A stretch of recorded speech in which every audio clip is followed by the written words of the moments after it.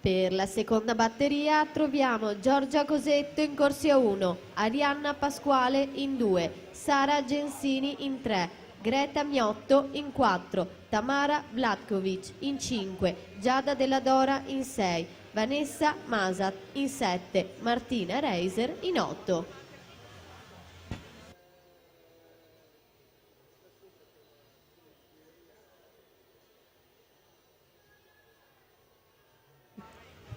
Attenzione, è stato ritrovato il cartellino di di Maria Agata Amler della Società Stile Libero. Può passare a ritirarlo qui presso la postazione microfonica. Maria Agata Amler.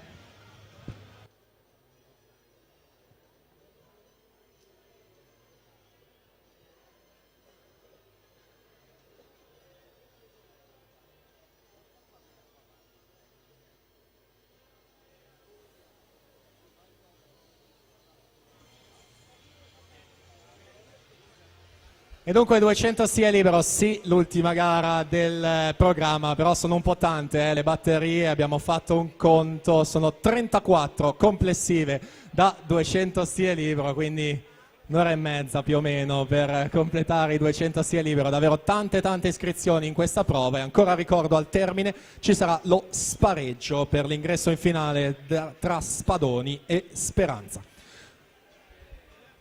Intanto finaliste assolute, Centorana femminili, Tiasa Vosel, Jennifer Bortuzzo, Anita Pesce, Giulia Pegorin, Alessia Schiavinato, Monica Pizzol, Lucrezia Rossi, Matilde Cerchiero, ultimo tempo 1:17 e 28.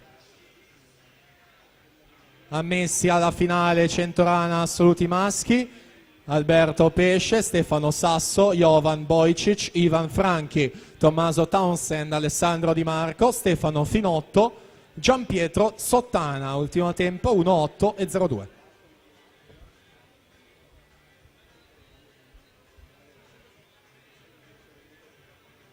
Dunque si completa la prima delle 34 batterie complessive di due stile con Giada Garbuglio 2:27 e 05 per la categoria ragazze, ricordo saranno 7 alla partenza, la seconda.